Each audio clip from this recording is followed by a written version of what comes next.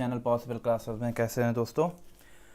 I hope आप सभी लोग बढ़िया होंगे, मस्त होंगे, स्वस्थ होंगे और अपनी पढ़ाई को बढ़िया अंजाम दे रहे होंगे, अच्छे से तैयारी चल रही होगी। दोस्तों आज हम लोग स्टार्ट करते हैं मैथमेटिक्स में अरिथमेटिक में फर्स्ट चैप्टर नंबर सिस्टम, जो कि एक बहुत ही इंपॉर्टेंट टॉपिक है और आपकी जहाँ भी एग्ज़ाम आपका होगा उस सब में नंबर सिस्टम पूछा जाता है। अरिथमेटिक में नंबर सिस्टम पूछा जाता है आपका, चाहे वो लेखपाल का एग्ज़ाम हो, चाहे वो लोअर पीसीएस का एग्ज़ाम हो, चाहे वो एसएससी का हो, बैंक का हो, हर जगह पूछा जाता है। तो समय को ना गवाते हुए चलिए स्टार्ट करते हैं हम लोग आज नंबर सिस्टम। ये हम लोगों का पहला टॉपिक होगा और इसको मन लगा के पढ़िएगा। मैं बिल्कुल पहले बेसिक कॉन्सेप्ट सिखाऊंगा, बेसिक थ्योरी सिखाऊंगा, उससे रिलेटेड मैं क्वेश्चन कराऊंगा। मेरा सिस्टम यही रहेगा, मैं पहले थ्योरी सिखाऊंगा, कंसेप्ट सिखाऊंगा, उसके बाद उस पर बेस्ड क्वेश्चन कराऊंगा। तो चलिए स्टार्ट करते हैं। नंबर सिस्टम, जैसा कि आप नाम से ही समझ पा रहे हैं कि नंबर सिस्टम मतलब होता है संख्या पद्धति, यानी कि संख्या का एक सिस्टम है, संख्या किस तरीके से अरेंज की जाती है। ठीक है, तो चलिए सबसे पहले स्टार्ट करते हैं। नंबर एक कॉमन वे में आप जानते हैं कि नंबर जो डिजिट्स होती हैं वो कहाँ से होती हैं, 0 है ना, 1 2 3 ऐसे करते करते आप 9 तक तो ये नंबर जानते हैं। ठीक है, अब इसी को ही हम लोग कैसे क्लासीफाई करते हैं उसके बारे में हम लोग पढ़ते हैं। तो चलिए देखिए, नंबर दो तरीके का होता है। एक होता है रियल नंबर,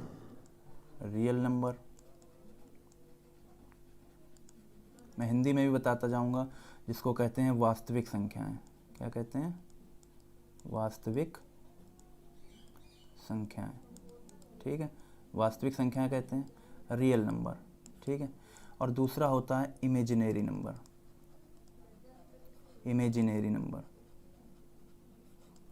ठीक, imaginary number, real number, imaginary number. Imaginary number को हम कहते हैं काल्पनिक संख्याएं। ठीक, काल्पनिक संख्याएं। तो अब इनके बारे में चलिए चर्चा कर लेते हैं कि क्या रियल नंबर होता है और क्या मेरा इमेजिनरी नंबर होता है। ठीक है, तो रियल नंबर ऐसी संख्याएं होती हैं जिनको हम नंबर लाइन पर डिनोट कर पाते हैं, which can be denoted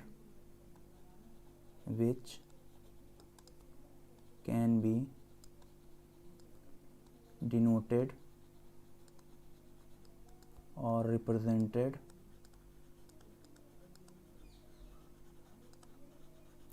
on number line। बात आई समझ में? यानी कि ऐसी संख्याएं जिनको हम नंबर लाइन पर रिप्रेजेंट कर सकते हैं। जैसे कि नंबर लाइन हम जानते हैं, हम लोग बचपन में पढ़े थे, इस तरीके से होती है। एक लाइन होती है जिस पर हम लोग नंबर को रिप्रेजेंट करते हैं। वेरिएबल के बीच में 0 होता है। ठीक, ये 0 है, सपोज करिए, थोड़ा सा बेकार सा बन गया, उसको ठीक कर दें। 0 है, फिर 1 आता है, 2 आता है, 3 आता है, 4 आता है, ऐसे करते करते करते करते इन्फिनिट तक जाता है। ऐसे ही लेफ्ट में -1 -2 -3 dot dot dot dot dot minus infinite. यानी कि ये हमारी नंबर लाइन है और उस पर नंबर को हम रिप्रेजेंट करते हैं। ठीक, इसी में सारे नंबर आ जाते हैं, rational number, irrational number, integer, है ना, सारी चीज़ें इस नंबर लाइन पर रिप्रेजेंट होती हैं। ठीक है, तो वास्तविक संख्याएं जो कि नंबर लाइन पर रिप्रेजेंट करी जा सकती हैं उनको हम कहते हैं रियल नंबर। आई होप इतना आप समझ गए होंगे। यानी कि जैसे कि हम किसी भी नंबर को लिख सकते हैं, जैसे कि ये सारे नंबर लिखे हुए हैं, है ना। जैसे कि एग्जांपल में सपोज करो √2 लिख दिया हमने, √3 लिख दिया, 11 लिख दिया, 0 लिख दिया, -3 लिख दिया। ये सारे क्या हैं? ये सारे रियल नंबर है। डेसिमल में भी लिख सकते हैं 0.125, इस तरीके से, है ना। जितने भी नंबर हैं वो नंबर लाइन पर रिप्रेजेंट कर सकते हैं, उनको हम कहते हैं रियल नंबर, वास्तविक संख्याएं। तो इतनी बात आप समझ गए होंगे। जैसे कि फ्रैक्शन में लिख सकते हैं 1/2, है ना, 19/47, इस तरीके से कोई भी नंबर है वो हम रिप्रेजेंट कर सकते हैं नंबर लाइन पर, उसको हम कहते हैं वास्तविक संख्याएं। ठीक है, अब जैसे बात करते हैं इमेजिनरी नंबर, जिनको कहते हैं काल्पनिक नंबर, यानी कि ऐसी संख्याएं जिनको हम नंबर लाइन पर रिप्रेजेंट नहीं कर सकते हैं। कांट बी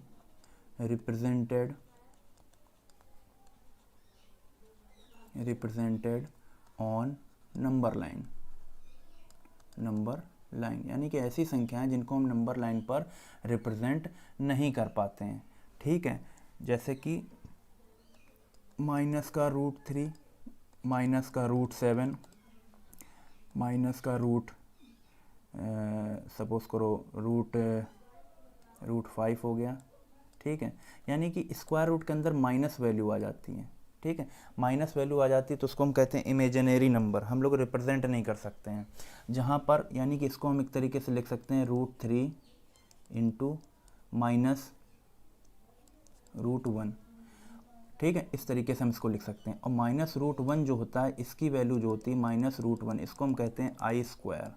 अब दोनों तरफ से आई कहते हैं इसको, ठीक है। क्या कहते हैं? आई कहते हैं। अब दोनों तरफ से इसका स्क्वायर करेंगे तो ये -1 आ जाएगा और ये हो जाएगा आई स्क्वायर, ठीक है। इस तरीके से हम लोगों ने पहले कभी BSc किसी ने करी होगी तो उसने पढ़ा होगा आई स्क्वायर ओमेगा स्क्वायर, वही वैल्यू है। तो आई स्क्वायर की वैल्यू होती है -1, ठीक है। तो क्योंकि हम इसको रिप्रेजेंट नहीं कर सकते, इस पूरे की वैल्यू हमने ले ली, इस पूरे को हम कह देते हैं आई, ठीक है। यानी कि √3 आई हो जाएगा, ये क्या हो जाएगा? √3 आई हो जाएगा। तो जब हम यानी कि जब हम रियल और इमेजिनरी को मिला के बनाते हैं तो बन जाता है कॉम्प्लेक्स नंबर। क्या बन जाता है? Complex number. सम्मिश्र संख्याएं जिसको पढ़ी होंगी, कॉम्प्लेक्स नंबर, इन्हीं को हम कहते हैं सम्मिश्र संख्याएं। सम्मिश्र संख्याएं, ठीक है। सम्मिश्र मतलब मिक्स होकर बन रही है। कैसे मिक्स होकर बन रही है? कि जैसे कि रियल नंबर और इमेजिनरी नंबर को मिला के बनाया जा रहा है। जैसे a+ib के फॉर्मेट में पढ़ा होगा आप लोगों ने, कहीं ना कहीं तो देखा ही होगा, a+ib के फॉर्मेट में। सपोज करें जैसे लिखा है 3 + 2i, इस तरीके से। तो 3 क्या है? अभी हमने बताया 3 क्या है, एक रियल नंबर है। और 2i यानी कि ये 2 और i मतलब, आई का मतलब क्या होता है? आई का मतलब होता है -√1। यानी कि रियल नंबर और इमेजिनरी नंबर को मिलाकर, यानी कि रियल प्लस इमेजिनरी नंबर को हम मिला देते हैं तो मेरा क्या बन जाता है? एक कॉम्प्लेक्स नंबर बन जाता है। तो हम लोग इमेजिनरी नंबर के बारे में चर्चा नहीं करेंगे क्योंकि ये कोर्स में है नहीं, ना इसके बारे में पूछा जाता है, ठीक है। तो इमेजिनरी नंबर क्या होते हैं आप समझ गए होंगे कि जहाँ पर हम रूट के अंदर माइनस वैल्यू आ जाती है तो वो इमेजिनरी नंबर को रिप्रेजेंट करता है। और इमेजिनरी नंबर को हम नंबर लाइन पर रिप्रेजेंट नहीं कर सकते हैं, ठीक है। और रियल नंबर को हम लोग रिप्रेजेंट कर लेते हैं। तो आई होप आपको इतनी बात समझ में आ गई होगी। और जब हम रियल नंबर और इमेजिनरी नंबर को मिला देते हैं तो उससे जो नंबर बनता है उसको हम लोग कहते हैं कॉम्प्लेक्स नंबर, जिसको हिंदी में हम लोग कहते हैं सम्मिश्र संख्याएं। तो इतनी बात आप लोगों को समझ में आ गई होगी। तो चलिए अब इसके आगे हम लोग बढ़ते हैं। इसको ज़रा सा डिलीट कर दूं, ठीक है। थोड़ा सा इसको इरेज कर देते हैं। अब हम लोग बात कर लेते हैं इसके आगे फर्दर। अब रियल नंबर का डिवीज़न होगा। फर्दर अब क्या होगा? रियल नंबर का डिवीज़न होगा। तो चलिए रियल नंबर को हम डिवीज़न कर लेते हैं। तो एक काम करते हैं, इसको हटाते हैं। अब रियल नंबर इसी के नीचे हम लिख लेते हैं ऐसे करके। रियल नंबर को हम फर्दर डिवाइड करते हैं 2 पार्ट में। यूनिवेरिएबल पहला पार्ट जो होगा उसको कहते हैं रैशनल नंबर, ठीक है। यानी कि इसको हम लोग हिंदी में कहते हैं परिमेय संख्याएं,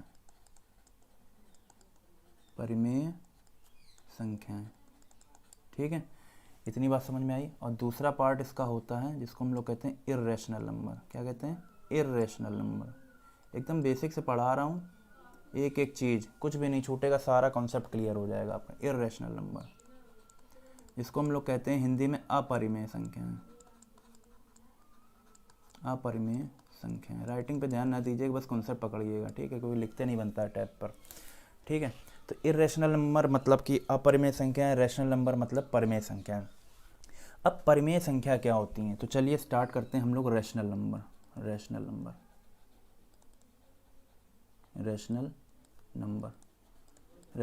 क्या होता है? एक सेकंड में इसको ज़रा हाइलाइटर ले लेता हूँ तो उससे थोड़ा राइटिंग अच्छी बनेगी। इससे बन नहीं रही राइटिंग, हाइलाइटर से लिखते बनेगा थोड़ा सा, ठीक है। एक सेकंड,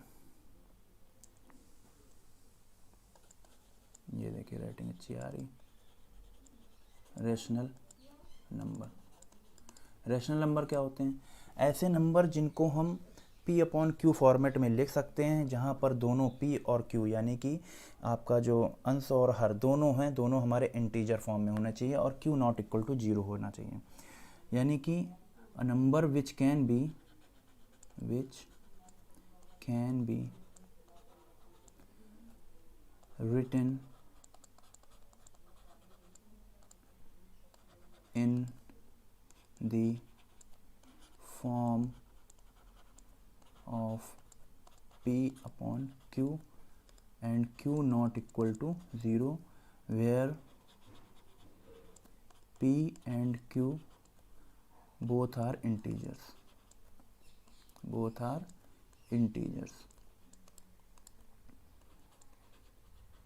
ठीक है, मतलब रेशनल नंबर ऐसी संख्याएं होती हैं जो कि P अपॉन Q के फॉर्म में लिखी जा सकती हैं, अंश बटे हर के फॉर्म में, यानी फ्रैक्शन के फॉर्म में लिखी जा सकती हैं, जहां पर Q 0 नहीं होना चाहिए। ठीक है, और दोनों P और Q क्या होने चाहिए, इंटीजर होने चाहिए। सपोज फॉर एग्जांपल हम लोग बात कर लेते हैं, जैसे हमने लिखा 1/2, तो 1 भी मेरा इंटीजर है, 2 भी मेरा इंटीजर है, और P अपॉन ये P हो गया और ये Q हो गया, जहाँ पर 2 0 नहीं है। यानी इस तरीके का जो फॉर्मेट आएगा वो मेरा क्या हो जाएगा, रेशनल नंबर हो जाएगा। क्या सर ये निगेटिव में भी हो सकता है? जी हाँ, इंटीजर, क्योंकि हमने नंबर लाइन पर भी बताया था, 0 के इधर से सारे इंटीजर पॉजिटिव होते हैं, 0 के लेफ्ट साइड में सारे निगेटिव होते हैं। तो इंटीजर बोल रहा हूँ मैं, इंटीजर यानी कि इंटीजर है, तो मतलब कि हम लिख सकते हैं, सपोज करो जैसे कि हमने कहा -8, तो क्या ये P अपॉन Q के फॉर्मेट में है? जी हाँ है, अपॉन 1 कर लीजिए। तो एक ये हो गया P और नीचे हो गया Q, और Q नॉट इक्वल टू 0 भी है, P अपॉन Q के फॉर्मेट में, दोनों मेरे क्या इंटीजर हैं। इंटीजर का मतलब जैसे कि जो आप नंबर रिप्रेजेंट कर रहे हैं वो इंटीजर हैं। ठीक है, तो कहने का मतलब P अपॉन Q के फॉर्म में आ जाएंगी, वो सारे मेरी क्या हो जाएंगे, रेशनल नंबर हो जाएंगे, और Q नॉट इक्वल टू 0 होना चाहिए, और दोनों ही मेरे इंटीजर होने चाहिए। ठीक है, इतनी बात समझ में आ गई। और जैसे कि अगर हमसे पूछा जाए क्या जीरो रेशनल नंबर है, तो बिल्कुल है, 0/1 लिख सकते हैं। तो ये क्या है, ये ना ही मेरा पॉजिटिव इंटीजर है ना ही निगेटिव इंटीजर, इसको बोलते हैं ज़ीरो इंटीजर। क्या बोलते हैं? ज़ीरो इंटीजर इसको बोलते हैं। और 1 तो मेरा इंटीजर है ही, 1 तो मेरा इंटीजर है ही है, 0 इंटीजर और 1 इंटीजर, यानी कि P के फॉर्म में है, Q के फॉर्म में है, और Q नॉट इक्वल टू 0 है। ठीक है, अब क्या हम इस तरीके से लिख सकते हैं 1/0, इस तरीके फॉर्म में नहीं, ये अनडिफाइन हो जाएगा, 0 से हम डिवाइड नहीं कर सकते हैं। ठीक है, इसके बारे में मैं आगे क्लास में बताऊंगा। तो 0 क्या है, एक रैशनल नंबर है। 0 क्या है, एक रैशनल नंबर है।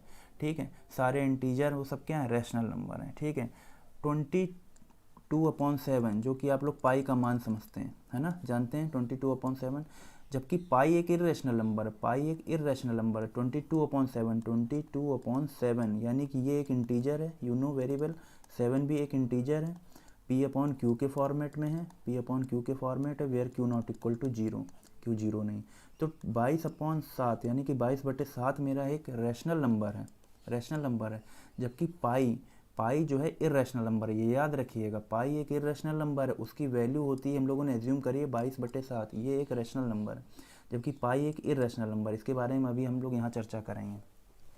तो आप इतनी बात समझ गए होंगे कि अब जैसे सपोज़ करो इस तरीके से आ गया, पॉइंट में 3 इस तरीके से, या पॉइंट में 5 इस तरह आ रहा, तो क्या ये भी मेरा रैशनल नंबर ही है? क्योंकि ये डेसिमल में आ रहा है, तो अभी हम लोग पढ़ेंगे डेसिमल टर्मिनेटिंग और नॉन टर्मिनेटिंग, है ना, तो वो दोनों चीज़ें पढ़ेंगे। तो ये भी क्या, इसको हम ये लिख सकते हैं 3 अपॉन, अगर ये इस तरीके से है, उस पर आगे 3 जाएगा तो बार लगेगा, तो 3/9 लिख लेंगे। और ये फिर देखो 1/3 आ गया, तो P अपॉन Q के फॉर्मेट में आ गया, P अपॉन Q के फॉर्मेट में आ गया, यानी कि इंटीजर भी है और Q नॉट इक्वल टू 0। तो मैं आशा करता हूँ कि आप इतनी बात समझ गए होंगे कि रैशनल नंबर क्या होता है एक्चुअली में।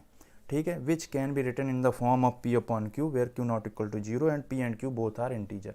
बस इतनी सी आपको डेफिनेशन याद रखनी है। वीडियो चाहे लंबा हो जाए, लेकिन आपका कॉन्सेप्ट क्लियर हो जाएगा, ये ज़रूर ध्यान रखिएगा।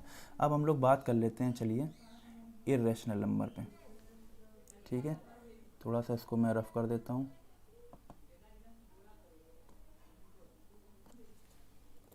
इरेशनल नंबर पे बात कर लेते हैं। ठीक है, अब इरेशनल नंबर क्या होता है? ऐसे नंबर जो कि P अपॉन Q के फॉर्म में नहीं लिखे जा सकते हैं, which can't be written, which can not be written in the form of P upon Q, P upon Q के फॉर्म में नहीं लिखे जा सकते हैं। ऐसे नंबर पी अपॉन क्यू के फॉर्म में नहीं लिखे जा सकते हैं। जैसे कि हमने बोला रूट टू, तो आप बोलेंगे रूट टू क्यों नहीं लिखा जा सकता? क्योंकि रूट टू जो हो जाता है रूट टू अपॉन वन। अब ये क्या, इस तरीके से हम इसको पी अपॉन क्यू और Q not equal to zero मतलब वैसे नहीं लिख सकते हैं, क्योंकि ये जो मेरा रूट टू इसकी वैल्यू 1.414 आगे वैल्यू चलती चली जाती है। ठीक है, इस तरीके से ये आ जाएगा नॉन टर्मिनेटिंग नॉन रिपीटिंग, मतलब कि टर्मिनेट भी नहीं होगा और रिपीट भी नहीं होगी, वैल्यू आगे 1 इस तरीके से 4 6 7 कुछ भी वैल्यू बनती चली जाती है। तो इस तरीके से हम क्या करते हैं कि इर्रेशनल नंबर जो कि इस फॉर्मेट में नहीं लिखे जा सकते हैं, पी अपॉन क्यू के फॉर्मेट में नहीं लिखे जा सकते हैं। ठीक है, तो चलिए इसको देख लेते हैं। अब जैसे कि हमसे पूछा जाए रूट टू कहाँ पे लाई करेगा नंबर सिस्टम पे, ये एक मेरा नंबर सिस्टम देखिए, समझ लीजिए इसको ऐसा क्यों है। ये 1 है, ये 2 है, ये 3 है। हमने कहा रूट टू कैसे बनेगा? सपोज़ करिए एक स्क्वायर था जिसकी साइड 1 सेंटीमीटर थी, इधर 1 सेंटीमीटर थी, तो इसका जो डायगोनल निकलेगा वो कितना आएगा? वो निकलेगा रूट टू। पाइथागोरस से 1 square plus 1 square root two. तब सब ये पूरा उठा के आप ब्लॉक अगर यहाँ पर रखेंगे, यहाँ से 0 से 1 तक 1 यूनिट चला, तो पूरा ब्लॉक मेरा इस तरीके से आके यहाँ पर आ जाएगा एक स्क्वायर के फॉर्मेट में। तो ये देखिए आप 1 यहाँ से यहाँ तक चले और 1 यूनिट ही हम यहाँ से यहाँ तक चले, तो ये डायगोनल आया रूट टू। अब हम क्या करेंगे, यहाँ पर अपना जो जिसको कंपास कहते हैं वो उठा के रखेंगे, तो ये चीज़ ऐसे ऐसे करके एक हम आर्क लगाएंगे, तो रूट टू जो मेरा लाई करेगा वो यहाँ कहीं लाई करेगा, रूट टू मेरा यहाँ पर लाई करेगा। तो आप समझ रहे हैं ना कि इस तरीके से आ रहा है कि ये वैल्यू 1 और 2 के बीच में आ रही है, 1 और 2 के बीच में आ रही है, एकदम परफेक्ट वैल्यू वैसी नहीं निकल रही है। तो इनको हम पी अपॉन क्यू के फॉर्म में नहीं लिख पाते हैं। जैसे कि रूट 3 हो गया, जैसे कि पाई हो गया, जैसे कि रूट 7 हो गया, रूट 5 हो गया, जितनी रूट के अंदर वैल्यू आएंगी जिनका एक तरीके से याद कर लीजिए स्क्वायर रूट डेसिमल में निकलने लगता हूँ, है ना, वो सारी मेरी क्या हो जाएंगी? इरेशनल नंबर हो जाएंगी। जैसे पाई की वैल्यू थी 3.141592 आगे चलती चली जा रही है ना, तो ये नॉन टर्मिनेटिंग नॉन रिपीटिंग हो जाती है, नॉन टर्मिनेटिंग नॉन रिपीटिंग। अभी हम इसके बारे में चर्चा करेंगे।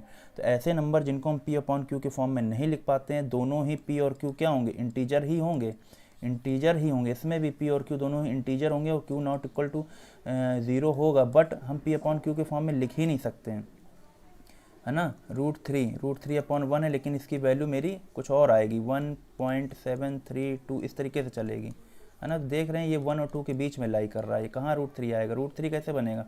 रूट 3 भी ऐसे अगर हम नंबर लाइन बनाते हैं, है ना, तो यानी कि हमने जैसे कि ये रूट 2 बना दिया था, है ना, रूट 3 कैसे बन जाएगा?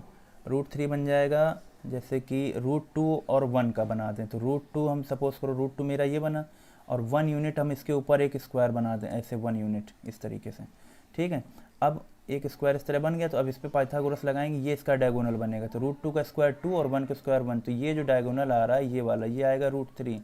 अब यहाँ पर हम सुई रखेंगे अपनी कंपास की, इसको ऐसे करके बनाएंगे, है ना, तो ये भी ऐसे करके लगभग रूट 2 के आगे ही निकल जाएगा, ऐसे करके यहाँ कहीं रूट 3 आ जाएगा।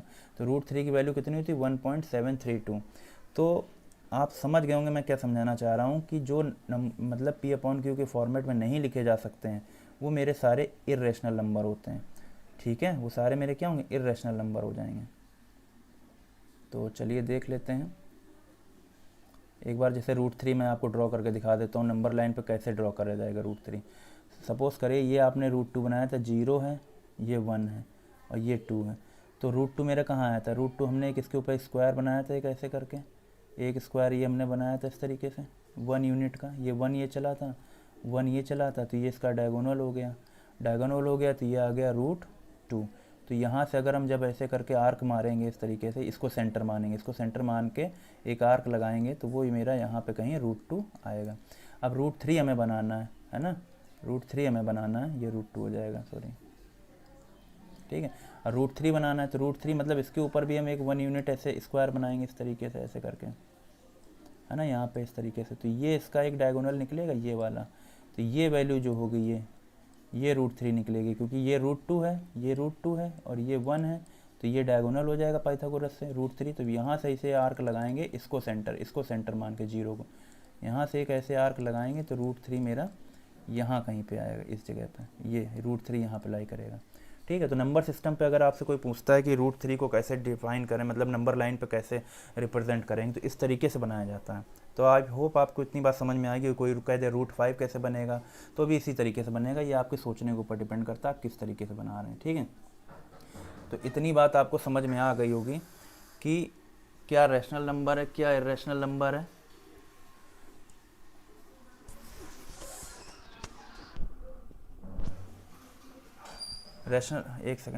रैशनल नंबर कौन से होते हैं, इरेशनल नंबर कौन से होते हैं, आपको इतनी बात समझ में आ गई होगी। अरे यार ये चल नहीं रहा सही से।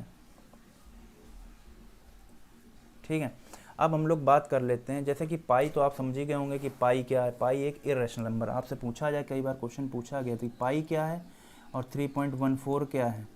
ठीक है, यानी कि 3.14 इसकी वैल्यू ही है, जो कि नॉन टर्मिनेटिंग नॉन रिपीटिंग है। इसके बारे में अभी हम चर्चा कर रहे हैं। तो पाई एक हमारा इरेशनल नंबर है, इरेशनल नंबर है, जबकि 22/7 मेरा एक रेशनल नंबर, ये आप याद रखिएगा। इतनी बात आपको याद होनी चाहिए। अब हम लोग बात कर लेते हैं कि रैशनल और इरेशनल नंबर होते हैं, इनके डेसिमल एक्सपेंशन होते हैं। क्या होते हैं? डेसिमल एक्सपेंशन होते हैं, एक्सपेंशन। ठीक है, decimal expansion of real number. ठीक है, अब हम कैसे बताएंगे। अब इसमें आता है कि जैसे कि एक आएगा टर्मिनेटिंग, ठीक, जिसको कहते हैं टर्मिनेटिंग डेसिमल। बहुत शोर हो रहा है आज, पता नहीं कौन। एक टर्मिनेटिंग डेसिमल होगा और एक होगा टर्मिनेटिंग डेसिमल और एक होगा नॉन टर्मिनेटिंग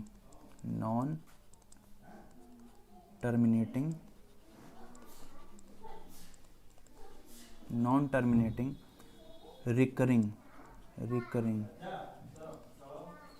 डेसिमल। ठीक है, decimal expansion of real number हम पढ़ रहे हैं कि एक होता है टर्मिनेटिंग डेसिमल, एक होता है नॉन टर्मिनेटिंग रिकरिंग डेसिमल। इसी रिकरिंग को ही हम कह देते हैं क्या, रिपीटिंग। क्या कह देते हैं बेटा? रिपीटिंग, मतलब कोई चीज़ रिपीट कर रही बार बार।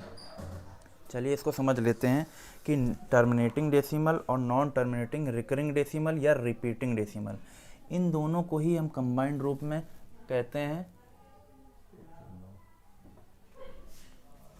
तो पैसा निकालना तो चला जाओ, वीडियो बना रहे, डिस्टर्ब मत करिए। टर्मिनेटिंग डेसिमल होता है और नॉन टर्मिनेटिंग डेसिमल होता है। ठीक है, terminating decimal, non terminating, recurring decimal, repeating decimal, इन दोनों को कंबाइंड रूप में ही हम क्या करते हैं, रैशनल नंबर कहते हैं। क्या कहते हैं? यानी कि आप इतना समझ लीजिए, सीधी सी बात, कि रैशनल नंबर को हम जब डेसिमल एक्सपेंशन में तोड़ते हैं तो एक टर्मिनेटिंग डेसिमल आता है और एक आता है non terminating recurring decimal, NTRD, या नॉन टर्मिनेटिंग रिपीटिंग डेसिमल। अब चलिए टर्मिनेटिंग क्या होता है और नॉन टर्मिनेटिंग क्या होता है, इसके बारे में हम लोग पढ़ते हैं। तो चलिए इसको ज़रा सा रिमूव कर दें, ये पूरा ही अब हटा देते हैं, ज़रा ढंग से इसको समझ लेते हैं। Control A shift. ठीक है, देखिए टर्मिनेटिंग के बारे में पढ़ते हैं। वीडियो लंबा हो जाए लेकिन आपको कॉन्सेप्ट समझ में आना चाहिए। टर्मिनेटिंग डेसिमल, टर्मिनेट से आप क्या समझ रहे हैं? कोई चीज़ टर्मिनेट हो रही, मतलब कोई चीज़ चल रही थी एकदम से टर्मिनेट हो गई, रुक गई। चल रही थी कोई कंटिन्यू, कोई चीज़ चल रही थी एकदम से रुक गई, यानी कि कोई चीज़ रुक जाए, आगे जाके ख़त्म हो जाए, इसके आगे कुछ नहीं, तो ये क्या हो जाता है? टर्मिनेशन हो जाता है। क्या हो जाता है? टर्मिनेशन हो जाता है। ठीक है, तो टर्मिनेटिंग डेसिमल क्या होता है? कोई नंबर अगर है उसका एक्सपेंशन आगे जाके ख़त्म हो जाए, रुक जाए, उसी को ही हम क्या कहेंगे? Terminating decimal. जैसे कि हमने कहा 0.5 इसको आप जैसे कि 0.5 कैसे आएगा? अगर 1/2 रखा होगा तो इस पर आप डिवाइड करिए, 1 में 2 से डिवाइड करिए, तो पॉइंट लगाया, 0 लगाया, 2 पंचे 10। अब देखिए इसके आगे क्या सॉल्व होगा? नहीं होगा, तो 0.5, यानी कि एक ऐसा रैशनल नंबर जो टर्मिनेट हो गया, इसके आगे कोई वैल्यू आ ही नहीं सकती। ये नहीं आप लिख सकते हैं कि 0.567 कुछ लिख दें, ऐसा नहीं लिख सकते, क्योंकि देखिए रिमाइंडर क्या हो गया, 0 हो गया, रिमाइंडर 0 आ गया, तो टर्मिनेट हो गया। जैसे हमने बोला 1/8 है, सपोज करिए हमें 8 में डिवाइड करना था, ठीक है, सॉरी उल्टा लिख दिया हमने, 1 में डिवाइड करना था 8 से, ठीक है। तो इसको जब हम सॉल्व कर लेंगे, इसको सॉल्व करेंगे तो कितना आ जाएगा, पॉइंट लगाया, 0 लगाया, 8 एकन्नम 8, कितना बचा 2, दशमलव लग गया था तो 0 पहले लग गया, ठीक है, 8 दूनी 16, ठीक है, कितना बचा 4, डेसिमल लगा 0, 8 5 40, 8 5 40, देखें, यानी कि ये क्या आ गया, यहाँ पर 0, रिमाइंडर 0 हो गया, यानी कि अब इसके आगे डिवीजन नहीं किया जा सकता, यानी कि ये नंबर क्या हो गया, टर्मिनेट हो गया। 0.125, इसके आगे अब कोई वैल्यू नहीं आएगी, 0.125, बस ये ख़त्म। यानी कि कैसा नंबर, ये एक टर्मिनेटिंग डेसिमल है, कैसा है, टर्मिनेटिंग डेसिमल। और देखिए ये क्या था, 1/q, ये भी इंटीजर था और 8 भी इंटीजर है, और 8 नॉट इक्वल टू 0, यानी कि q नॉट इक्वल टू 0, तो क्या हो गया, ये एक रैशनल नंबर है। यानी कि रैशनल नंबर टर्मिनेटिंग डेसिमल होता है। इससे क्या समझ में आ गया, रैशनल नंबर जो होता है वो क्या होता है, टर्मिनेटिंग डेसिमल होता है, ठीक। अब इसमें ही एक दूसरा पार्ट भी आ जाता है कि नॉन टर्मिनेटिंग और non terminating but repeating decimal, non terminating but repeating decimal. चलिए इसको देख लेते हैं हम लोग। टाइम लगेगा भाई, नंबर सिस्टम है, आपको एकदम बेसिक कॉन्सेप्ट क्लियर होंगे तभी नंबर सिस्टम का सवाल कर पाएंगे, समझ रहे हैं भाई साहब, ऐसे नहीं कर पाएंगे कि लोगों को कॉन्सेप्ट क्लियर नहीं होता, बस नंबर सिस्टम चिल्लाते रहते हैं। तो आप एकदम तगड़े से समझ लीजिए, मैं एकदम बेसिक से सिखा रहा हूँ, मज़ा ना आए तो पैसे वापस। टर्मिनेटिंग डेसिमल पढ़ा था, अब इसी में पढ़ रहे हैं नॉन टर्मिनेटिंग। नॉन टर्मिनेट ख़त्म नहीं होगा, बट क्या होगा, रिकरिंग, रिकर करेगा, रिकरिंग, या इसी को कहते हैं repeating, repeating decimal. Non terminating decimal, non terminating, इसको हटाते हैं यहाँ से,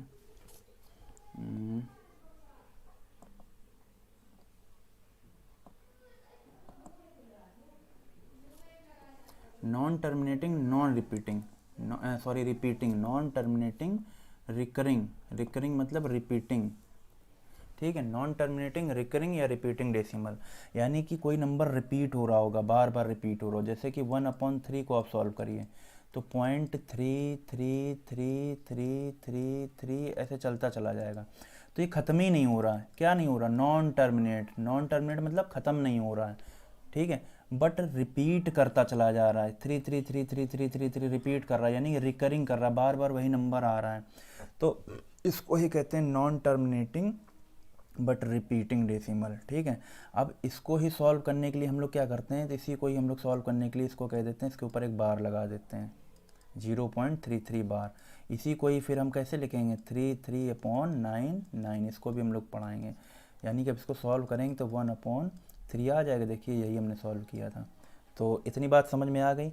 अब जैसे सपोज़ करो किसी ने लिख दिया, सपोज़ करो 0.565656 चलता चला जा रहा भाई, चलता चला जा रहा, तो ये क्या हो गया, नॉन टर्मिनेटिंग है। और रिपीट कितना बंच हो रहा, पूरा एक देखिए ब्लॉक 56565656 रिपीट हो रहा, तो इस पूरे को 0.56 के ऊपर बार लिख सकते हैं, यानी कि इसको हम 0.56/99 लिख सकते हैं, जितने के ऊपर बार होता है उतने 9 होते हैं।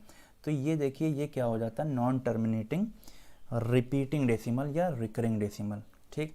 ये दोनों, यानी कि अब याद कर लीजिए कि टर्मिनेटिंग डेसिमल और non terminating repeating decimal, NTRD, ये दोनों मिलकर क्या बनाते हैं, आपकी रियल नंबर बनाते हैं। इतनी बात आप लोगों को समझ में आ गई होगी। अब बात कर लेते हैं हम लोग non terminating non repeating, non terminating non repeating, यानी कि अब हम लोग इर्रेशनल नंबर की बात करेंगे।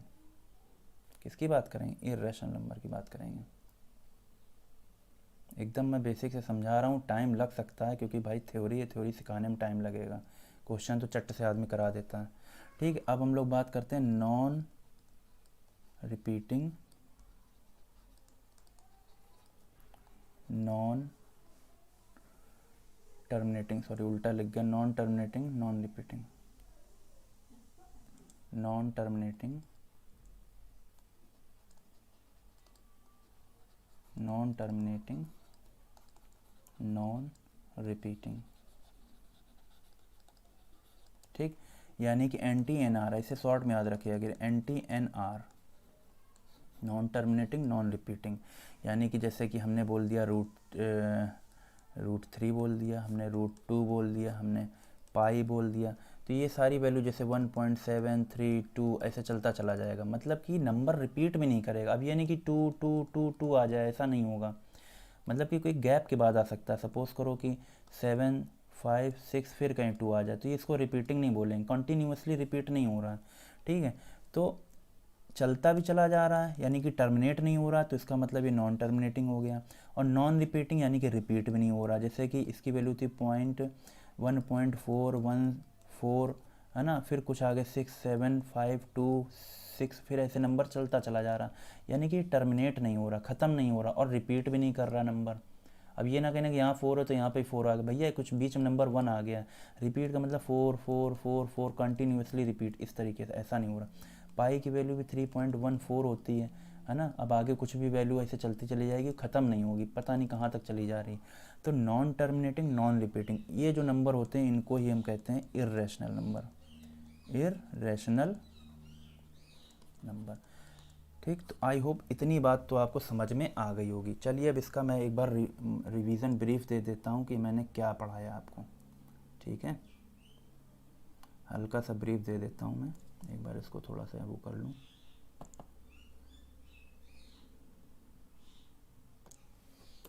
देखें, हमने ये पढ़ाया, अब थोड़ा सा एक चार्ट सा बना लेते हैं।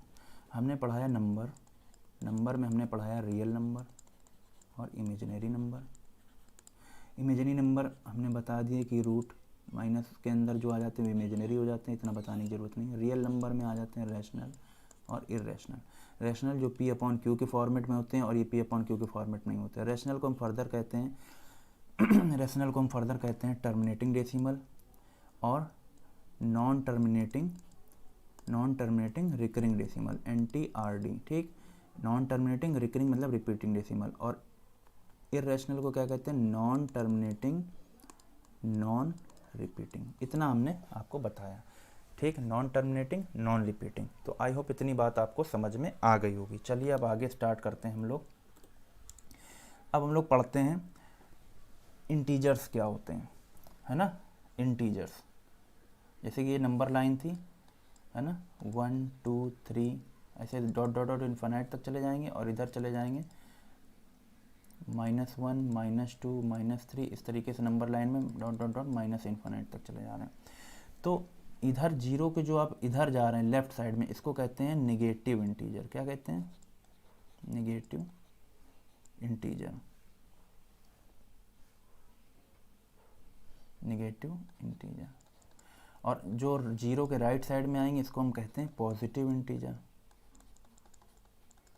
Positive integer. ठीक, या नॉन नेगेटिव इंटीजर कहते हैं। ठीक है, अब ज़ीरो क्या होता है, ज़ीरो जो होता है मेरा ज़ीरो इंटीजर बोला जाता है, इसको ज़ीरो इंटीजर बोला जाता है। यानी कि ये ना तो नेगेटिव होता है, यानी कि ज़ीरो क्या होगा, neither negative nor positive integer. ठीक, यानी कि इसको हम ज़ीरो इंटीजर बोलते हैं। ज़ीरो इंटीजर राइट में सारे आपके पॉजिटिव इंटीजर आएंगे, जिसको नॉन नेगेटिव इंटीजर भी कहते हैं, और लेफ्ट में आपके सारे नेगेटिव इंटीजर आते हैं।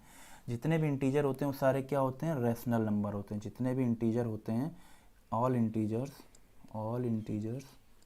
Are rational number. याद रखिए, रैशनल नंबर होते हैं। भाई रैशनल नंबर क्या आते हैं, जो नंबर लाइन पे सब रिप्रेजेंट कर रहे थे, है ना। तो रैशनल नंबर जो कि P/Q के फॉर्म में थे, किसके फॉर्म में थे, P/Q के फॉर्म में।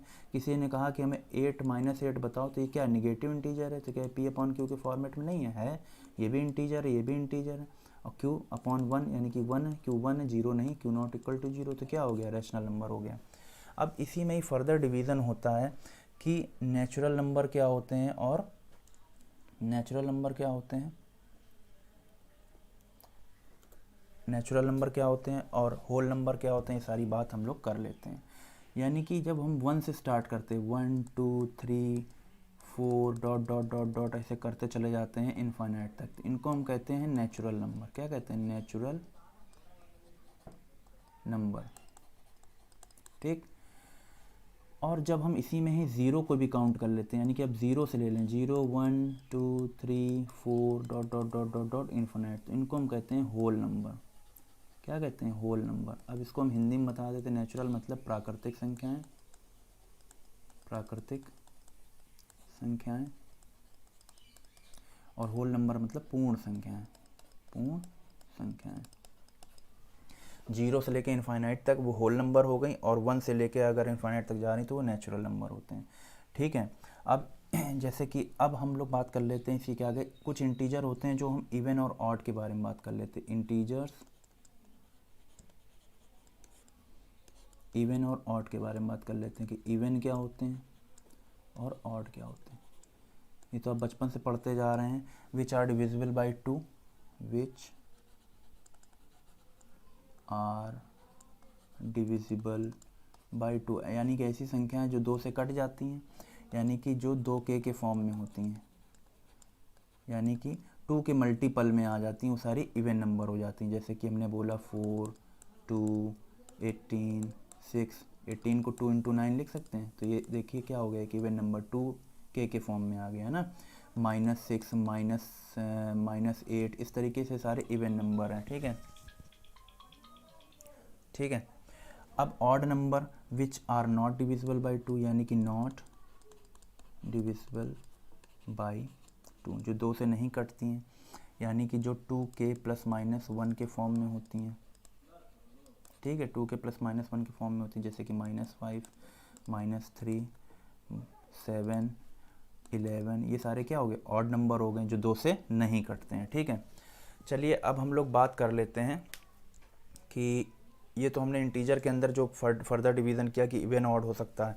अब हम नेचुरल नंबर में ही बात कर लेते हैं, थोड़ी सी नेचुरल नंबर में बात कर लेते हैं, जैसे कि प्राइम नंबर होते हैं, कंपोजिट नंबर होते हैं। तो नेचुरल नंबर, नेचुरल नंबर यानी कि प्राकृतिक संख्याएं, प्राकृतिक संख्याएं, प्राकृतिक संख्याएं यानी कि वो संख्याएं जो कहाँ से शुरू होती है, 1 2 3 4 डॉट डॉट डॉट डॉट कहाँ तक जा रही हैं? इनफाइनाइट तक जा रही हैं, ठीक है।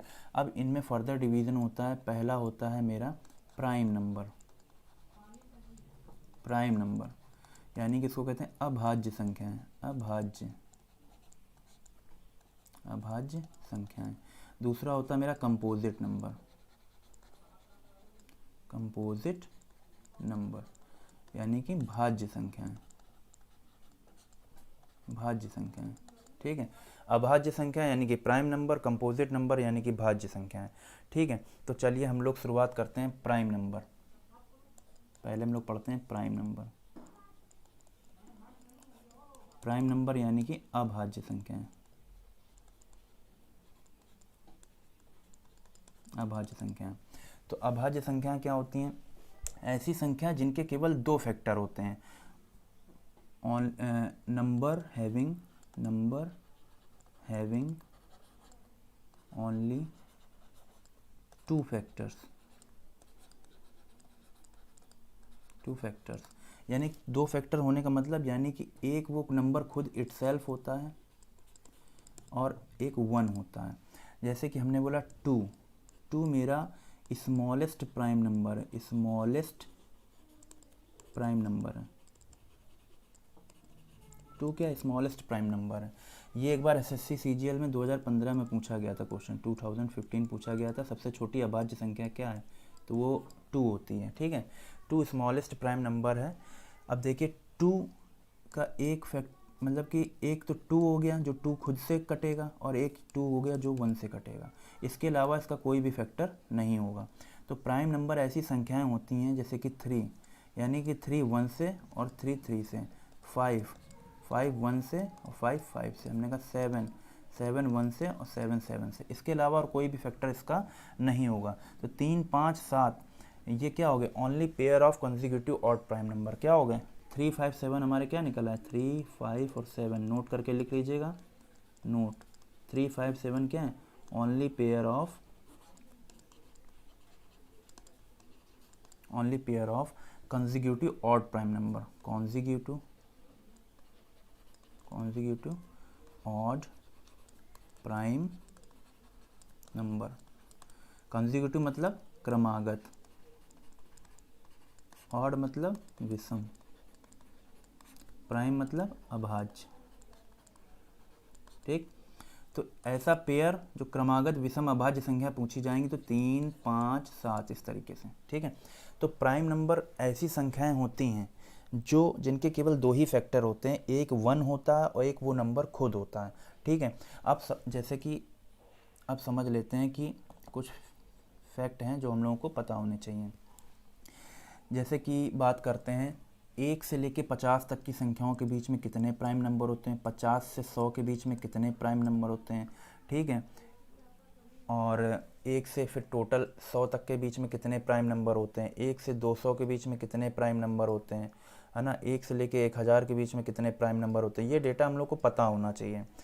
तो वेरिएबल कि 1 से 50 तक के बीच में हमारे 15 प्राइम नंबर होते हैं। 15 क्या होते हैं, प्राइम नंबर होते हैं। 50 से 100 के बीच में हमारे 10 प्राइम नंबर होते हैं, तो इनको ऐड कर दीजिए। तो 1 से 25 के बीच में हमारे कितने प्राइम नंबर हो, 1 से 100 के बीच में कितने प्राइम नंबर हो गए, 25 प्राइम नंबर हो गए। इसी तरह 1 से 200 के बीच में हमारे जो प्राइम नंबर होते हैं वो 46 होते हैं, और 1 से 1000 के बीच में हमारे प्राइम नंबर 168 होते हैं। ये डेटा आप लोग नोट करके डाल लीजिएगा, अपने नोट्स खुद बनाते जाइए, स्क्रीनशॉट लेते रहिएगा, बनाते जाइएगा। एक नोट करके पॉइंट और डाल दीजिए कि जितने भी प्राइम नंबर होते हैं वो 6k ± 1 के फॉर्मेट में लिखे जाते हैं। Each prime number can be written in the form of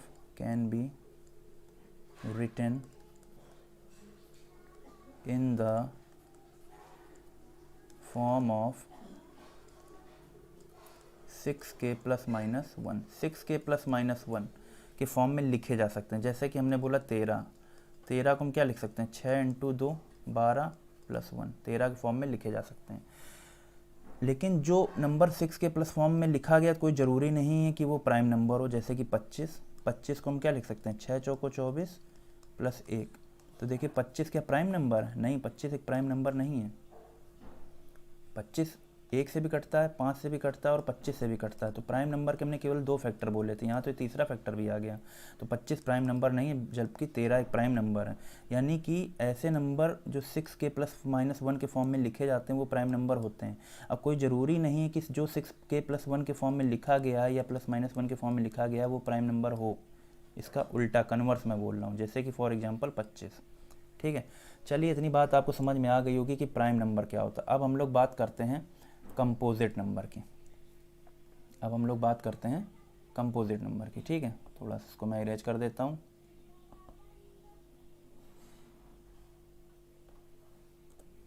composite number क्या होते हैं, कंपोजिट में यानी कि भाज्य संख्याएं। कंपोजिट नंबर यानी कि भाज्य संख्याएं। तो भाज्य संख्याएं क्या होती है, भाज्य संख्याएं जिसके 2 से ज़्यादा फैक्टर हों। प्राइम में क्या होता है, ओनली 2 फैक्टर थे। ठीक है, इसमें क्या होंगे, मोर देन 2 फैक्टर,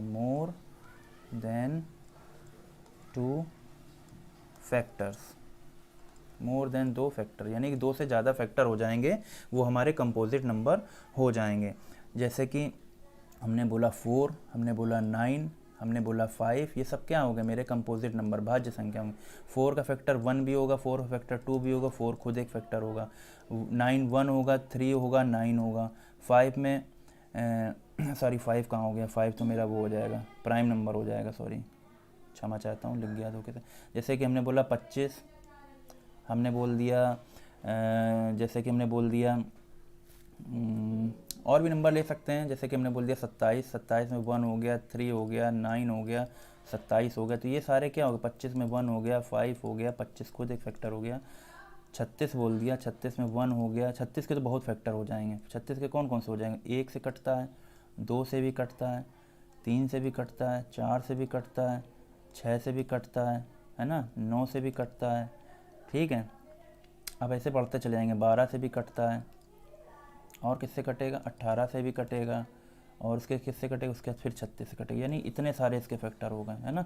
तो कहने का मतलब जिसके 2 से ज़्यादा फैक्टर हैं वो आपकी भाज्य संख्याएं होती हैं, जिनको हम कंपोजिट नंबर इंग्लिश में कहते हैं। जिनके केवल 2 फैक्टर हैं वो अभाज्य संख्याएं होती हैं, यानी कि उनको हम प्राइम नंबर कहते हैं। तो आई होप इतनी बात आपको समझ में आ गई होगी, मैंने एकदम बेसिक से समझाया है। चलिए अब आगे बढ़ते हैं हम लोग, है ना। इसको पूरे को हटा देते हैं। अब हम लोग पढ़ लेते हैं को प्राइम नंबर, जो कि बहुत पूछा जाता है, जिसको हम लोग रिलेटिवली प्राइम भी कहते हैं, को प्राइम नंबर। अभी मैं आज बिल्कुल बेसिक से थ्योरी पढ़ा रहा हूँ, तो एकदम जल्दीबाजी मत करिएगा। बेसिक से जब ये समझ में आएंगी चीज़ें तभी नंबर सिस्टम समझ में आने वाला है, नहीं तो अन्यथा नहीं आने वाला। को प्राइम नंबर इसी को ही हम कहते हैं रिलेटिवली प्राइम नंबर, ठीक है। रिलेटिवली प्राइम नंबर भी इसी को कहते हैं।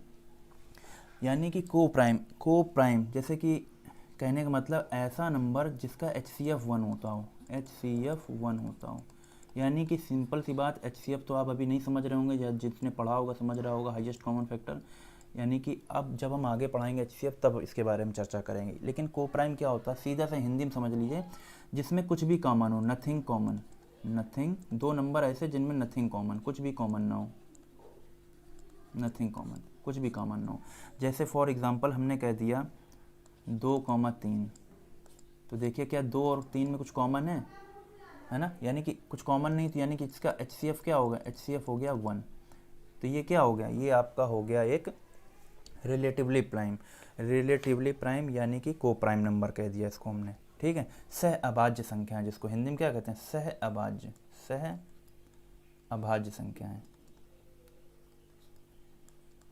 अभाज्य संख्याएं रिलेटिवली प्राइम नंबर हो गए, ठीक है। और जैसे कि सपोज कर लिए हमने कहा 16,9, हमने कहा जैसे कि 3,7, है ना। तो कुछ कॉमन है, नहीं कॉमन है, तो 1 है फैक्टर, इसका HCF कितना हो गया, HCF 1 हो गया। और ये किसी से कट भी नहीं रहा, आपस में ऐसा कोई फैक्टर ही नहीं जो काट पाए, इसका HCF क्या हो गया, HCF इसका 1 हो गया, ठीक है। HCF 1 में कुछ कॉमन भी नहीं है। तो ये कहते हैं, इसको हम को प्राइम नंबर कहते हैं, सह अभाज्य संख्या कहते हैं, या रिलेटिवली प्राइम नंबर कहते हैं, ठीक है। अब इसी तरीके से होता है जिसको कहते हैं ट्विन प्राइम नंबर, जैसे कि जुड़वा प्राइम नंबर एक तरीके से कह सकते हैं। अंतर कुछ नहीं होता इन दोनों में, यानी कि रिलेटिवली प्राइम, को प्राइम और जो ट्विन प्राइम में ज़्यादा खास अंतर नहीं, बस इसमें क्या होता है, गैप ऑफ 2 होता है, गैप ऑफ 2। जैसे हमने कहा 3,5, तो नंबर तो देखिए इसमें भी HCF क्या है, 1 है, HCF क्या है, 1 है, बट गैप कितने का, 2 का। ऐसे नंबर जैसे कि हमने कहा 7, जैसे कि 7 नहीं बनेगा, जैसे कि हमने कह दिया 5,7, तो देखिए HCF 1 है क्योंकि कुछ कॉमन नहीं है, और गैप कितने का है, 2 का है। तो ऐसे नंबर जिनमें HCF 1 और गैप 2 का हो, उनको कहते हैं हम ट्विन प्राइम नंबर कहते हैं। क्या कहते हैं, ट्विन प्राइम नंबर, ऐसे नंबर को हम कहते हैं। और गैप 2 का ना हो और HCF 1 हो तो उसको हम को प्राइम यानी कि सह अभाज्य संख्याएं कहते हैं। चलिए आगे बढ़ते हैं, हम लोग आगे बढ़ते हैं। अब इसमें हम लोग कर लेते हैं परफेक्ट नंबर की बात कर लेते हैं। किसकी बात कर लेते हैं, परफेक्ट नंबर।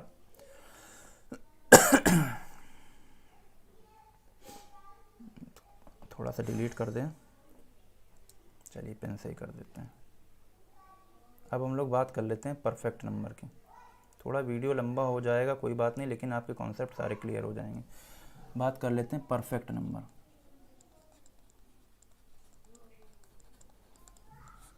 ठीक है, परफेक्ट नंबर क्या होते हैं कि ऐसे नंबर जिनके जो हम लोग फैक्टर करें और उस फैक्टर को जब हम ऐड करें और उस नंबर को छोड़ दें, यानी कि कह रहे हैं if the sum of all the factors excluding that number is equal to that number then it is called perfect number.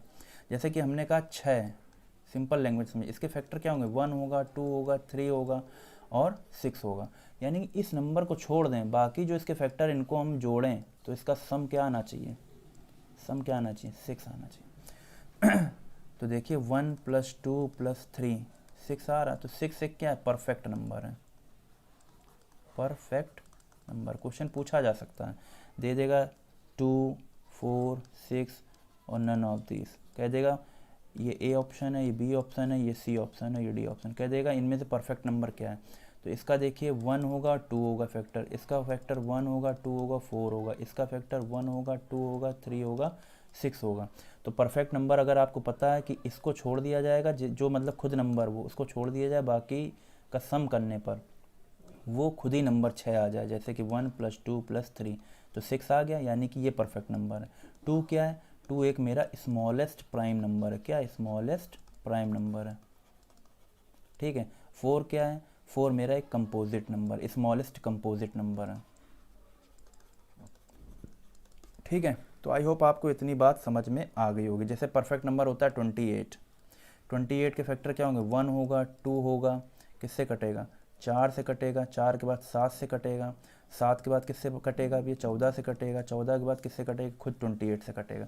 अब 28 को छोड़ दिए, बाकी सब जोड़ के देखिए, 4 तो 6 1 7 7 14 और 14 28, जोड़ के देख लिए 1 + 2 + 4 + 7 + 14, सबको ऐड करेंगे तो 28 आ जाएगा। यानी कि ऐसे नंबर जिनके सारे फैक्टर लिखने पर वो खुद की संख्या को छोड़ के बाकी नंबर जो बचे उनको ऐड करने पर नंबर इटसेल्फ आ जाए, उसको हम परफेक्ट नंबर कहते हैं। तो आज की क्लास में हम इतना ही रखते हैं थ्योरी, अभी मैं क्वेश्चन कराने जा रहा हूँ, ठीक है। तो चलिए स्टार्ट करते हैं, टाइम नहीं वेस्ट करते हैं, ठीक। चलिए कुछ क्वेश्चन मैंने तैयार करके रखे हैं आप लोगों के लिए। चलिए क्वेश्चन क्या है?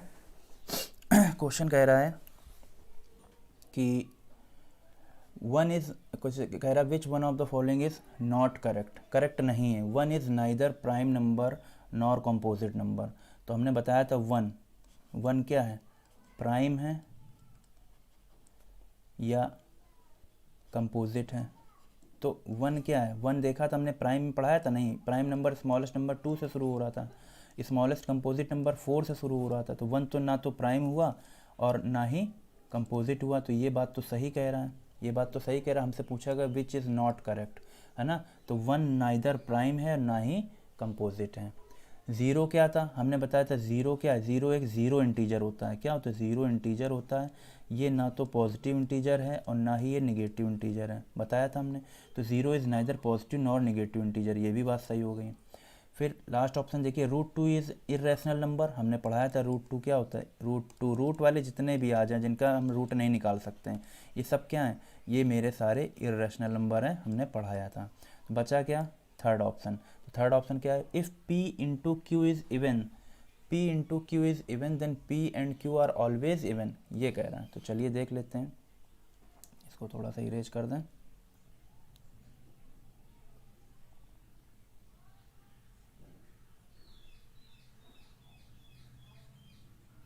देखें, कह रहा P × Q is even. Suppose कर लो दो है और 4 है, इसका गुणा कर रहे हैं हम, 4 दूनी 8, तो ये क्या आ गया? इवन आ गया। कह रहा है P × Q is even then P and Q are always even. कोई ज़रूरी है हम 2 × 3 कर ले रहे हैं? तो देखिए ये ऑड है, ये क्या है? ये एक ऑड नंबर है 3, तब भी देखिए 6 आ रहा है। यानी कि कॉन्सेप्ट ये होता है even × even equal to even, और even × odd equal to odd, ठीक है। और देख लीजिए 3 × 3 कर लीजिए या 3 × 7 कर लीजिए तो क्या आता है? ऑड आता है। 3 × 3 कर लीजिए तो क्या आता है? ऑड आता है। यानी कि ऑड × ऑड क्या आएगा? ऑड आएगा। देख रहे हैं आप? तो ये चीज़ मेरी क्या हो गई? गलत हो गई। तो मेरा करेक्ट आंसर क्या होगा? यही हो गया, P × Q इज़ इवन कह रहा है, तो हमने इवन लेके देखा भाई, इवन आ गया। कह रहा है P एंड Q और ऑलवेज इवन, यानी हमेशा सम होंगे, ऐसा तो कोई है नहीं भाई। देखिए ये इवन था, ये इवन था, तो इवन आ गया। एक इवन है एक ऑड है, तब भी तो इवन आ रहा है, तब भी तो इवन आ रहा है, तो ये बात गलत है। तो आई होप आपको ये क्वेश्चन समझ में आ गया होगा। चलिए दूसरा क्वेश्चन स्टार्ट करते हैं। दूसरा क्वेश्चन क्या कह रहा है? दूसरा क्वेश्चन कह रहा है if n is a natural number. n क्या? Natural number. नेचुरल नंबर कहाँ से होते? 1 2 3 4 इस तरीके से चलते चले जाते हैं नेचुरल नंबर। देन √n क्या होगा? देन √n क्या होगा? तो सपोज कर लीजिए नेचुरल नंबर हम 2 से शुरुआत कर लेते हैं। तो √2 एक प्राकृतिक संख्या होगी, एक नेचुरल नंबर होगी। गलत। √2 क्या होगी? एक प्राकृतिक संख्या होगी। भाई √2 प्राकृतिक संख्या है? नहीं, ये क्या है? नेचुरल नंबर तो है नहीं। नेचुरल नंबर मेरे कहाँ क्या होते हैं? 1 2 3 4 इस तरीके से निकल रहे हैं। हमेशा एक परमेय संख्या होगी। ये परमेय संख्या आई थी? नहीं, ये तो एक क्या है? इरेशनल नंबर है, अपरिमेय संख्या है, तो ये भी गलत हो गया। कह रहा हमेशा एक अपरिमेय संख्या होगी, हमेशा एक अपरिमेय संख्या होगी। अगर हम 4 ले लेते हैं यहाँ पर तो ये 2 आ जाता। तो कोई ज़रूरी था कि ये मतलब कि एक अपरिमेय संख्या, ये तो आपने 2 उठाया है, किसी ने 4 ले लिया होता, सपोज़ करो 16 ले लिया होता, 16 ले लेता तो 4 आ जाता। तो 4 क्या एक इर्रेशनल नंबर है? नहीं। तो ये क्या है? 2 आ गया, यानी कि रैशनल नंबर भी हो सकता है और 2 एक नेचुरल नंबर भी हो सकता है। तो ये भी गलत हो गया, ये भी गलत हो गया, है ना। अपरिमेय संख्या भी हमेशा शब्द लगा, ढंग से ध्यान दीजिए। कह रहा आइदर अ नेचुरल नंबर और अ इरेशनल नंबर। हाँ ठीक है, जैसे कि हमने 4 लिया था तो 4 का 2 आ गया था और 2 लिया था तो √2 आ गया था, यानी कि 2 एक नेचुरल नंबर है, एक नेचुरल नंबर है और √2 एक इरेशनल नंबर है। तो देखिए एक प्राकृतिक संख्या होगा या एक अपरिमेय संख्या होगा। तो समझ गए आप, अपने मन से वैल्यू लेके सॉल्व करिए, क्वेश्चन बहुत ही आसानी से हो जाएंगे। चलिए नेक्स्ट क्वेश्चन की ओर बढ़ते हैं हम लोग। तीसरा क्वेश्चन कह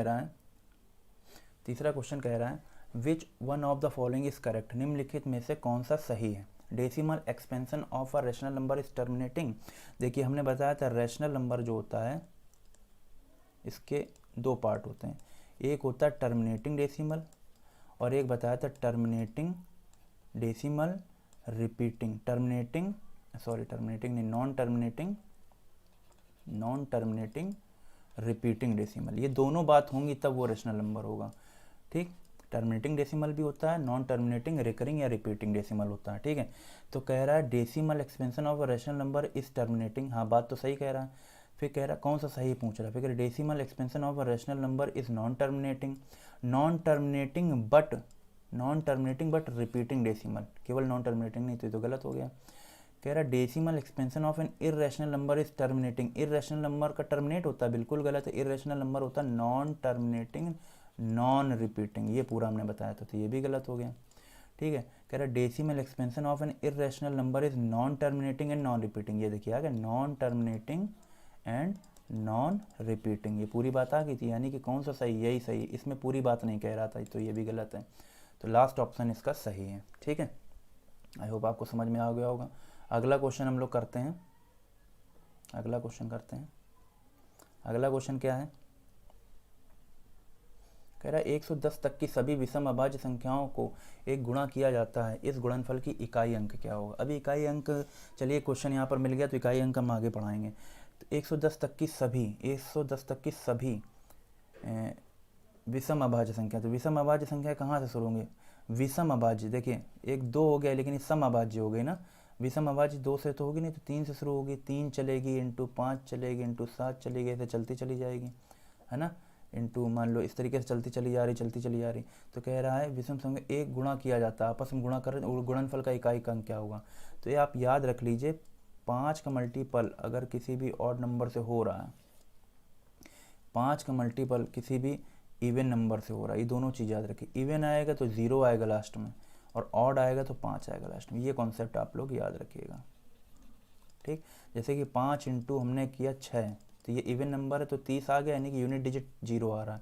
5 इंटू 4 तो 5 चौको 20, हमने कहा 5 इंटू 2 तो 5 दूनी 10, देख रहे हैं यूनिट डिजिट 0 आ रहा।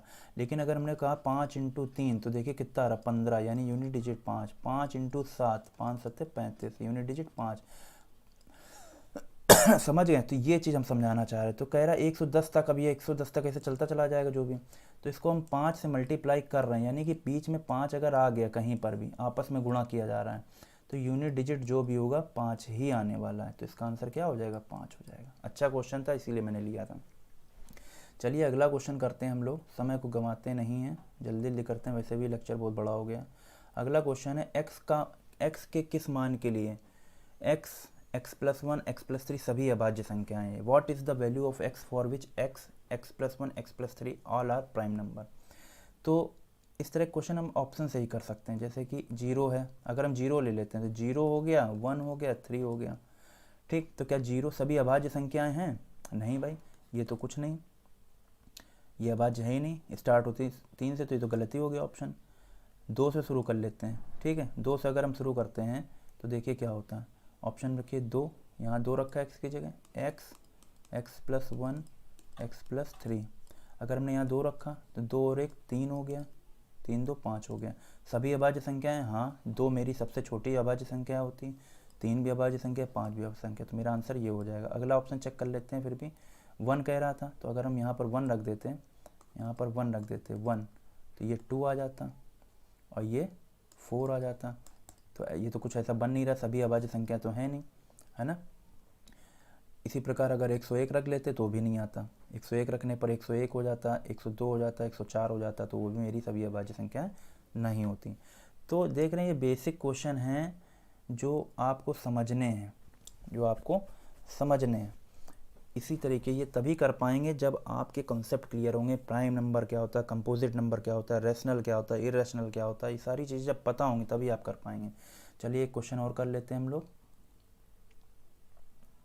अगला क्वेश्चन कह रहा है if n square minus 33, n square minus 33, n square minus 31, n square minus 29 are prime number, ये क्या है prime number, then what is the number of possible value of n की क्या पॉसिबल वैल्यू होगी where n is an integer, n क्या हो एक integer हो, n एक इंटीजर हो। तो यदि n square minus 33, n square minus 31, n square minus 29 अभाज्य संख्या है तो n के संभावित मानों की संख्या क्या होगी जहाँ n एक पूर्णांक हो। क्वेश्चन ये कह रहा है, ठीक है। तो कैसे करेंगे तो देख लेते हैं भाई। प्राइम नंबर है, हमने बोला था प्राइम नंबर, ठीक है। प्राइम नंबर हमारे 2 से शुरू होते हैं, 2, 3, 5, 7 इस तरह चल रहा है। जहाँ पर हमने बताया था 3, 5, 7 एक pair of odd consecutive prime number हमने बताए थे, ठीक है। ऑड कंसेक्यूटिव प्राइम नंबर बताए थे। अब देखिए यहाँ पर गैप कितने का चल रहा है, 2, 2 का चल रहा है, 2, 2 का चल रहा है। 2 और 3 में देखिए गैप कितने का है, यहाँ पर गैप देखिए कितने का 1 का है, लेकिन यहाँ पे देखिए 2 का गैप, यहाँ पे देखिए 2 का गैप, इस तरीके से चल रहा है ना। तो ये यही फॉर्मेट बता रहा है। तो यहाँ पर हम 2 को तो ले नहीं सकते, हम अपने मन से वैल्यू चेक करेंगे, ठीक है। तो यहाँ पर हम क्या कर सकते हैं कि n स्क्वायर माइनस 33 को हम एज्यूम कर लेते हैं, ये 3 इसको 3 के कंपैरिजन में ले सकते हैं, इसको 5 के कंपैरिजन में ले सकते हैं और इसको 7 के ले सकते हैं। तो सब में वैल्यू सेम आनी चाहिए, देख लेते हैं भाई सेम आ रही कि नहीं। n स्क्वायर की वैल्यू 3 प्लस 33 करेंगे तो ये कितना हो जाएगा 36 हो जाएगा, यानी कि n की वैल्यू जो आ जाएगी n की वैल्यू आ जाएगी स्क्वायर रूट ऑफ 36, यानी कि आ जाएगी प्लस माइनस 6। अब जरा इसको 5 के इक्वल करके देख लेते हैं, तो n square minus 31 equal to कितना हो जाएगा 5। तो n की वैल्यू आ जाएगी 36, ये प्लस इधर आ जाएगा, इधर हो जाएगा तो भी आ जाएगा प्लस माइनस 6। ऐसे ये करेंगे तो 9, 7, 16 तब भी आ जाएगा। तो आप ये समझ रहे हैं कि हर n की वैल्यू क्या आ रही है, 2 वैल्यू आ रही है, एक पॉजिटिव 6 आ रही है और एक नेगेटिव 6 आ रही है, पॉजिटिव और नेगेटिव। तो n एक पूर्णांक होगा, जबकि देखिए n एक क्या निकला -6 और +6 क्या होते हैं प्लस इंटीजर और माइनस इंटीजर, यानी कि पॉजिटिव इंटीजर और नेगेटिव इंटीजर, पॉजिटिव और नेगेटिव इंटीजर आ रहा है। तो इसकी कितनी वैल्यू पॉसिबल है, तो n की 2 वैल्यू पॉसिबल हैं। आज इतना ही रखते हैं आज की क्लास को, क्योंकि बहुत लंबी क्लास हो गई, मैं भी बोलते बोलते थक गया हूँ। इसके आगे हम लोग फिर कॉन्सेप्ट थोड़ा सा सीखेंगे और क्वेश्चन को करेंगे। आपको क्लास कैसी लगी आप प्लीज़ हमें कमेंट करके बताइएगा। चैनल को ज़रूर सब्सक्राइब करिए, लाइक करिए और भी लोगों तक पहुंचाइए कि क्लासेस स्टार्ट हो गई हैं। आपको कॉन्सेप्ट कैसा लगा, थ्योरी मैंने पूरी कंप्लीट पूरा रिवीजन कराया, ढंग से मैंने बताया कि एक एक चीज़ क्या होती है, उसी पे बेस्ड मैंने क्वेश्चन कराए। तो चलिए मिलते हैं नेक्स्ट वीडियो में, तब तक के लिए जय हिंद जय भारत।